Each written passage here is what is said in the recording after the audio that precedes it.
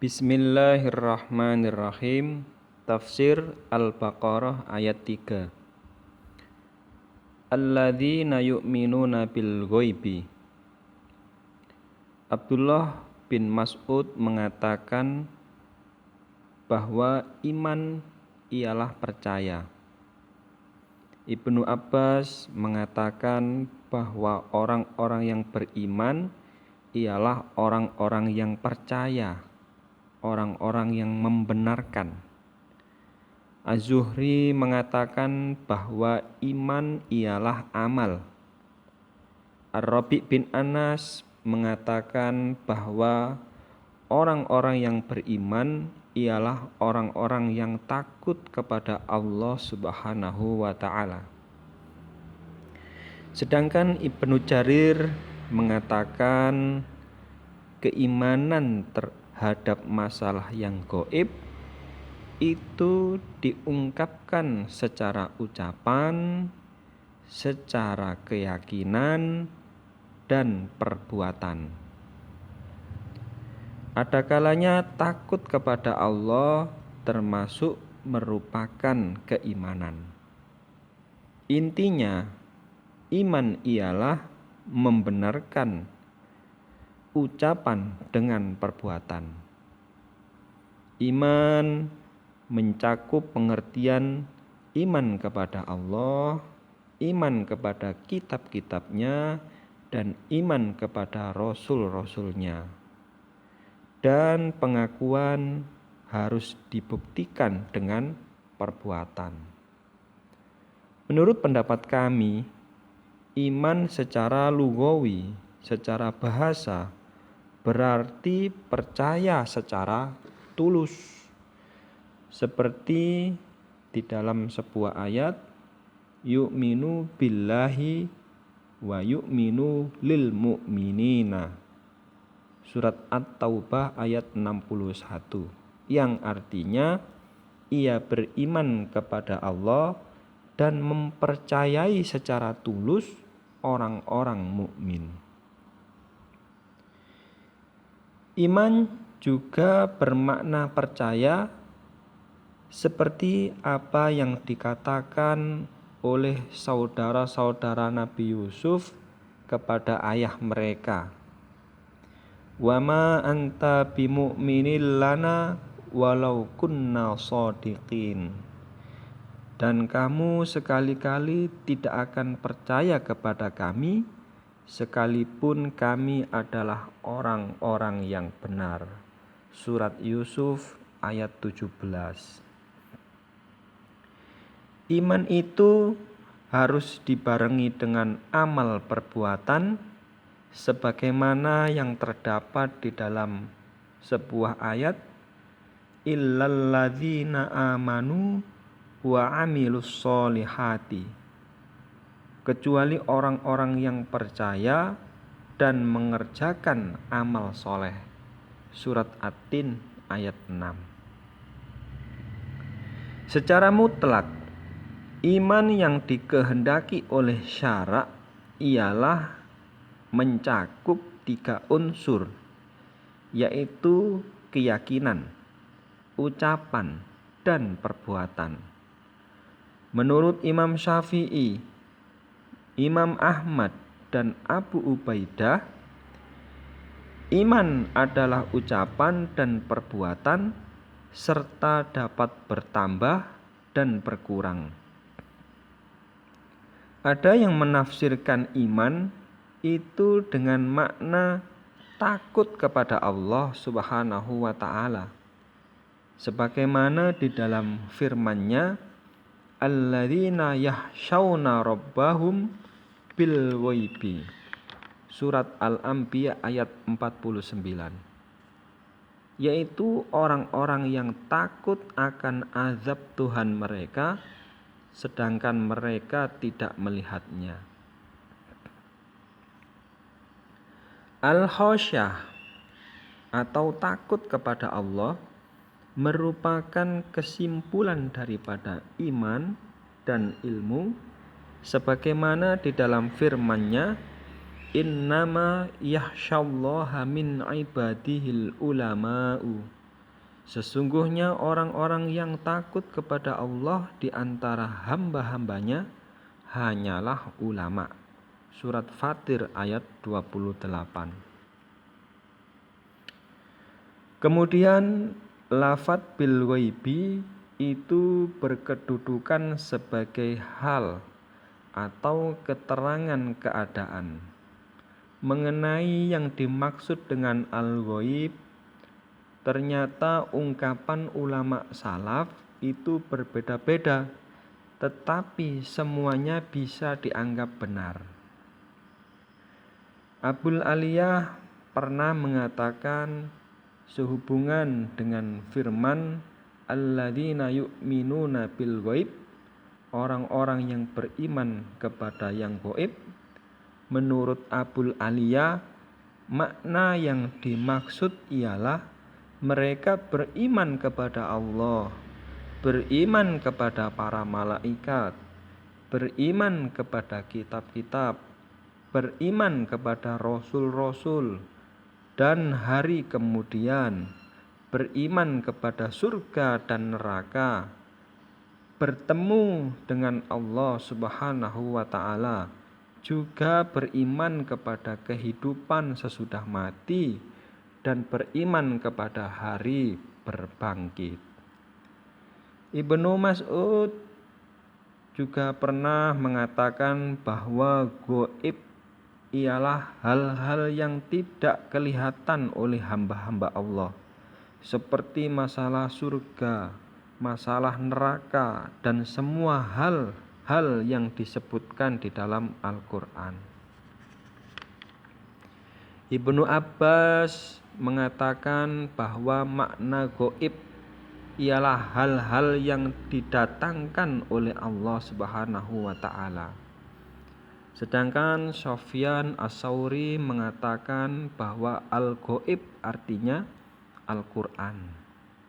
Atha bin Abu Rabah mengatakan bahwa orang yang beriman kepada Allah berarti beriman kepada yang gaib. Zaid bin Aslam mengatakan beriman kepada yang gaib ialah beriman kepada takdir. Abdurrahman bin Yazid mengatakan, ketika kami berada di hadapan sahabat Abdullah bin Mas'ud, Ibnu Mas'ud duduk bersamanya.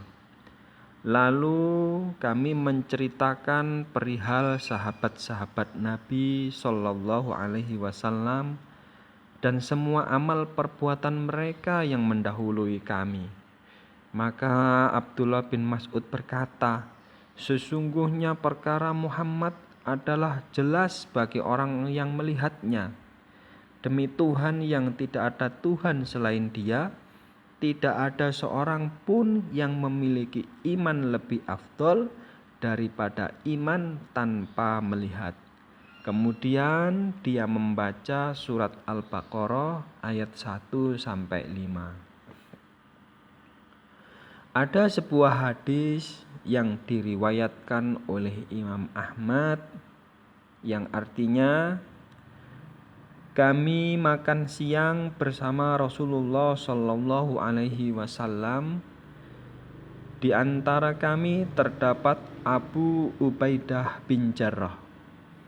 Ia bertanya, wahai Rasulullah, apakah ada seseorang yang lebih baik daripada kami? Kami masuk Islam di tanganmu dan kami berjihad bersamamu.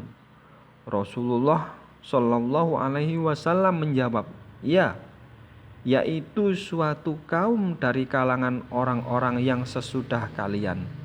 Mereka beriman kepadaku, padahal mereka tidak melihatku. Abu Jumu'ah bercerita, ketika kami bersama Rasulullah, di antara kami terdapat Mu'adz bin Jabal, yang merupakan orang ke-10 dari kami yang berjumlah 10 orang. Kemudian kami bertanya, wahai Rasulullah, apakah ada suatu kaum yang beroleh pahala lebih besar dari kami?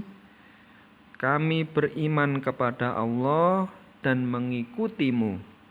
Nabi menjawab, tidak ada yang menghalangi kalian dari hal tersebut, karena Rasul berada di antara kalian, menyampaikan wahyu yang turun dari langit kepada kalian.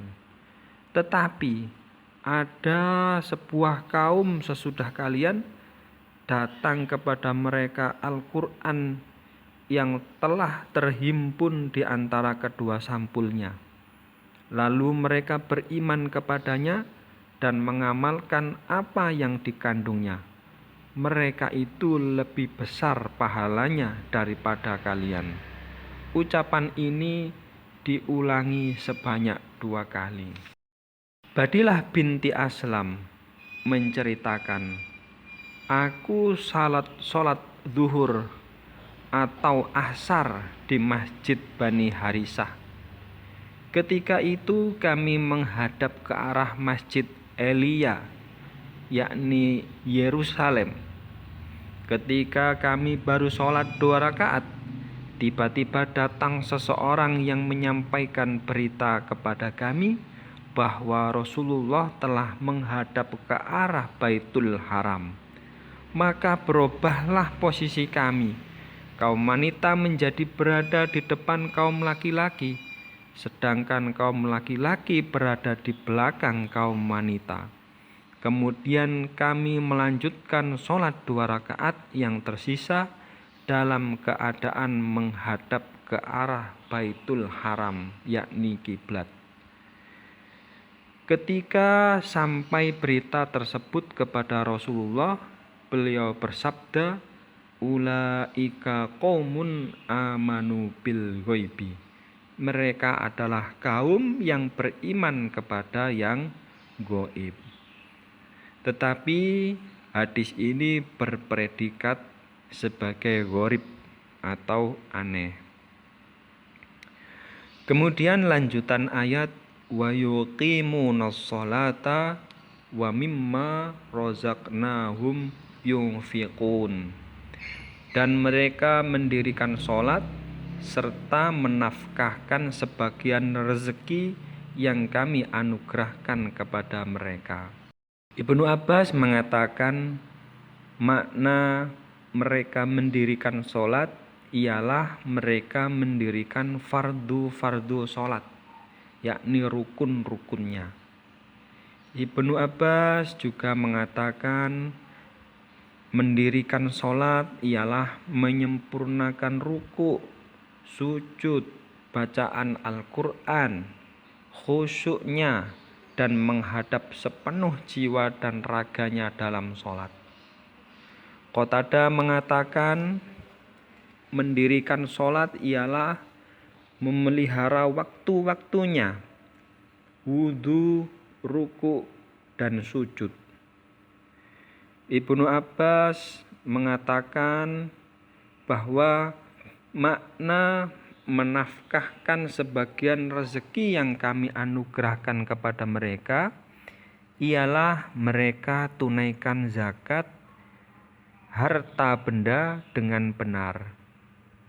Ibnu Mas'ud mengatakan bahwa makna menafkahkan sebagian rezeki yang kami anugerahkan kepada mereka ialah nafkah seorang laki-laki kepada keluarganya.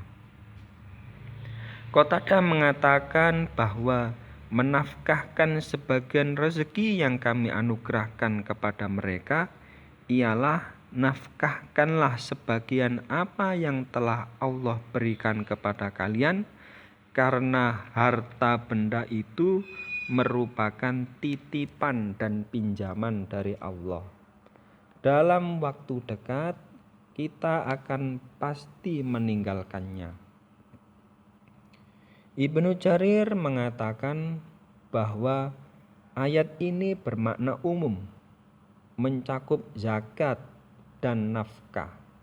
Dia mengatakan bahwa takwil yang paling utama ialah menunaikan semua kewajiban, baik berupa zakat ataupun memberi nafkah orang-orang yang harus ia jamin dari kalangan keluarga, anak-anak, dan lain-lainnya.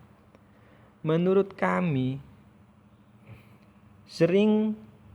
Allah sering menggandengkan antara sholat dengan memberi nafkah. Karena sholat adalah hak Allah, sedangkan di dalam nafkah atau infak terkandung kebajikan kepada sesama makhluk. Orang-orang yang harus diprioritaskan dalam masalah nafkah ini adalah kaum kerabat dan keluarga, serta budak-budak. Setelah itu barulah orang lain. Rasulullah Shallallahu Alaihi Wasallam pernah juga bersabda, "Bunyal Islamu ala khamsin, syahadatu an la ilaha illallahu wa anna muhammadar rasulullah wa iqamus sholati wa ita'uz zakati wa shaumu ramadhana wa hajjul bait." Islam itu dibangun atas 5 perkara, yaitu kesaksian bahwa tidak ada Tuhan selain Allah dan bahwa Muhammad adalah utusan Allah, kemudian mendirikan sholat, kemudian menunaikan zakat, kemudian puasa bulan Ramadan, dan berhaji ke Baitullah. Makna asal sholat menurut istilah ialah doa. Al-Ash'ash pernah mengatakan di dalam syairnya, wa qailu harrihu fi dannihima wa shalla ala danniha wartasama. Angin menerpanya sedangkan dia berada di dalam kemahnya, lalu ia berdoa di dalam kemahnya, kemudian ia pergi. Bait syair tersebut dikatakan oleh Ibnu Jarir sebagai sebuah syahid atau bukti yang menunjukkan bahwa makna sholat ialah berdoa. Kemudian lafadz sholat menurut istilah syara dipakai untuk makna perbuatan yang mengandung ruku', mengandung sujud, pekerjaan-pekerjaan tertentu, dan dilakukan dalam waktu-waktu yang khusus berikut persyaratan-persyaratannya, sifat-sifatnya, dan jenis-jenisnya yang sudah dikenal. Menurut pendapat lain, lafadz sholat berasal dari nama kedua urat yang digerakkan dalam salat di saat ruku' dan sujud. Urat ini memanjang dari punggung sampai kepada tulang punggung yang paling bawah. Dan menurut pendapat yang lainnya, lafadz sholat berasal dari as-sholah yang artinya memasuki. Seperti di dalam makna sebuah ayat, la yaslaha illal ashqa. Tidak ada yang masuk di dalamnya kecuali orang yang paling celaka. Makna yang dimaksud di dalam ayat tersebut ialah tidak ada yang memasuki, tidak ada yang menetapi dan kekal di dalamnya kecuali orang yang paling celaka. Menurut pendapat lain, ia berasal dari kata tasliyah, yakni memanggang kayu di atas api dengan maksud untuk meluruskannya, seperti makna yang terkandung di dalam ayat innas sholata tanha anil fahsya'i wal munkar wala dzikrullahi akbar. Sesungguhnya sholat itu mencegah perbuatan-perbuatan keji dan mungkar, dan sesungguhnya mengingat Allah, sholat adalah lebih besar keutamaannya. Surat Al-Ankabut ayat 45. Dan pada akhirnya menganggap bentuk asal sholat itu berdoa adalah pendapat yang paling sahih. Pembahasan mengenai zakat akan dikemukakan nanti pada bagian tersendiri. Demikian tafsir surat Al-Baqarah ayat 3.